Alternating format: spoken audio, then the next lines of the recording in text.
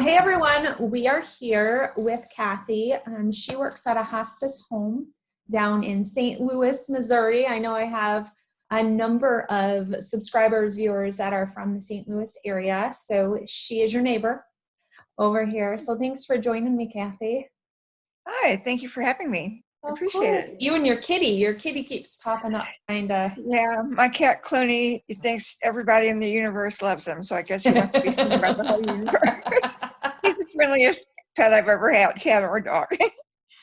That's fun. Well, go ahead with your first question. Well, I was wondering, my sister died in January, and I did flameless cremation for her here at Bell Fountain Cemetery, and that's what I'm going to have too. And I was wondering, with all the COVID virus things going on, all the COVID deaths, what impact that has on flameless cremation because of things going back into the water system and things like that. Would that be having an impact on them? Would that be slowing down anything, or any special procedures they would have to do? No, actually, especially that is probably the safest way to dispose right now of somebody. You know, that version of disposition has been around for a long time, but on a very small scale.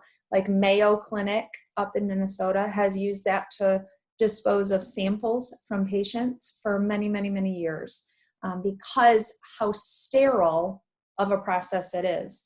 And so it sterilizes all of the product that is left after, including the cremated remains and the liquid type material that is there afterwards as well. And so it's very sterile material that is the after product. So the virus, because of the chemicals and the heat, it's not as hot as flame cremation, but it is a little warmer, are disposed of during that process. Same with flame cremation. The virus would be killed during that process, and embalming we're finding is killing it as well. So it would be quite very safe to do that, is what we are finding. But that's a great question. I think that's what everybody kind of wants to know is, when is this bug actually dead? or not doing harm any longer in the state that it's in. And I think that's good to wonder, when it goes up in the air with flame, or when it's going down the drain, or wherever it's going after, are we okay? So good question. Okay. And I know, working in our hospice house, when somebody passes, family a lot of times will say, well, can you hold the body for a while? We've got somebody driving up from Oklahoma or Texas or something, and I want them to come, even when they're going to have a traditional funeral and viewing and everything. It's like, well, I want them to come see the person first. It's like, well, we don't have a morgue, so we can only hold them for so long because we don't have a way of preserving the body. And when I was wondering, when you do pickups at people's homes, do you find that people will keep the body there for a long time before they call you or let you take the body away, because they want to do the same situation of having, their aunt or uncle drive in from New Jersey or I think we get all of the mix. There's some people that call us the moment they take their last breath and want us to get them out because they're just very uncomfortable with the presence of a person that's deceased, whether it's their mom or not. They're just the heebie-jeebie effect, I guess you could call it. Even though they loved that person while they were breathing, all of a sudden it's just weird to be around somebody that is dead. And so there's some people who are like, are you coming? Are you on your way? Like, what's going on? And they just want you there fast. But there are other people who just want to sit in the presence of the person, or they do wait for somebody. Maybe somebody was already driving. Maybe somebody's going to drive up the next morning and they want to keep them there at the house.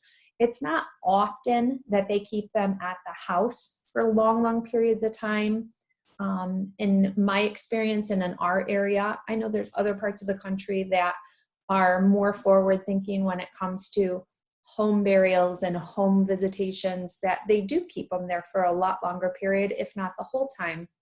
However, here, they may set up the viewing time at the funeral home, where if it's a cremation or something, if they're not going to have preparation like embalming, then during the arrangement conference the next day, if the family member gets there, they may spend some time with them during that time and have a viewing time.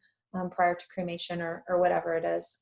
So it's not often that I'm finding at the house. I'm trying to think of like the last scenarios that I've had this, you know, it's usually if they're waiting a long period of time, they'll do that viewing at the funeral home, you know, when the person arrives. So it just depends on the comfort level of the family as well.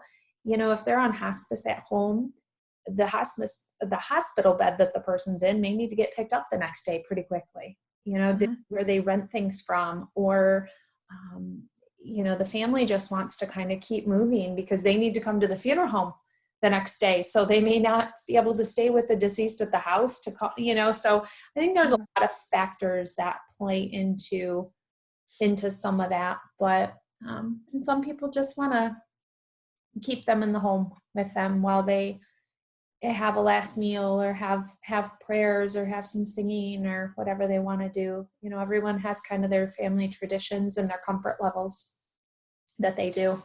So I was thinking it's probably a little faster from home than it would be at the hospice house. It's like, okay, here, you take care of them for a while, and they're there instead of, like you said, the heebie-jeebies, you know, being at their own house. right.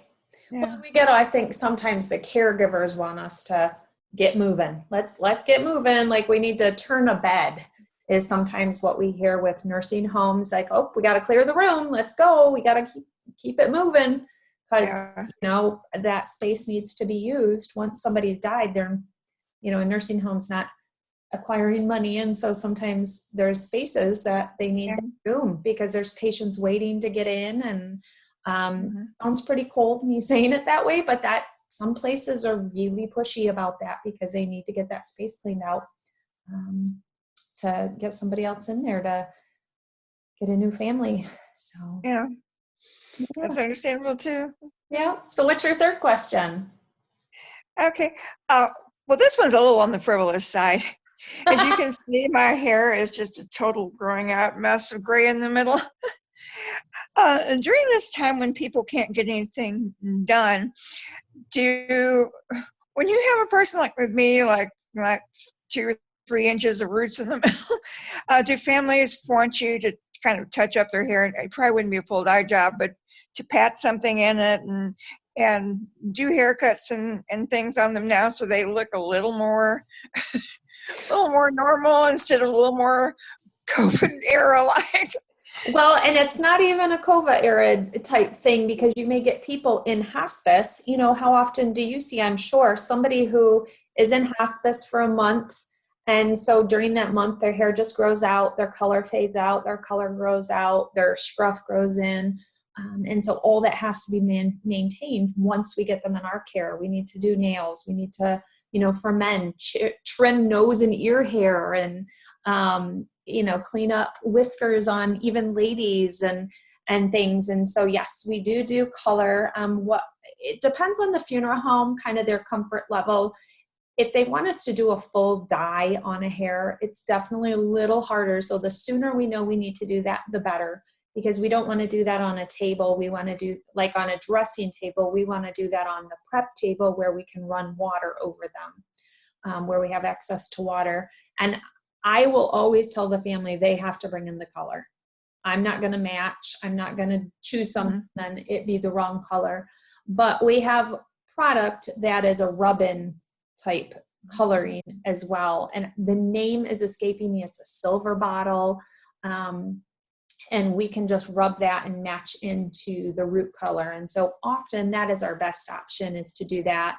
We can trim and color and stuff. Some funeral homes will call in hairdressers, you know, if they're not comfortable. Sometimes the people getting the individuals ready in the care center have the comfort level and experience and the, you know, the hair skills to do it. Others don't. So it just depends. But we may call in cosmetologists and allow them to color and cut and do all of that, and do curls and everything. So it just depends on kind of the situation at hand. But, you know, we've done fake nails and all sorts of things, drawn the eyebrows, you know, the little old ladies who completely draw on their eyebrows and they're nowhere near where their eyebrows go. So you're drawing out, you know, they're going way up here. But I kind of love those moments, and I love to tell the family, yeah, we're having a beauty day. You know, your mom and painting their nails and painting their toenails if that's what they want, and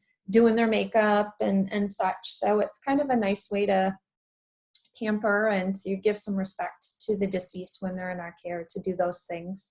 So it's nice, especially if they haven't had any care in a little while when it comes to cuts and colors, and Yeah. I'm due for a cut, and I did a little color myself because mine was my true colors were showing.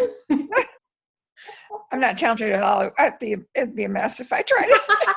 I figured it couldn't be too much worse than it was, but yeah, I haven't gone to cutting it myself too much. I've trimmed just a little bit, but so I think the hairdressers are going to be quite busy when we all get back into business.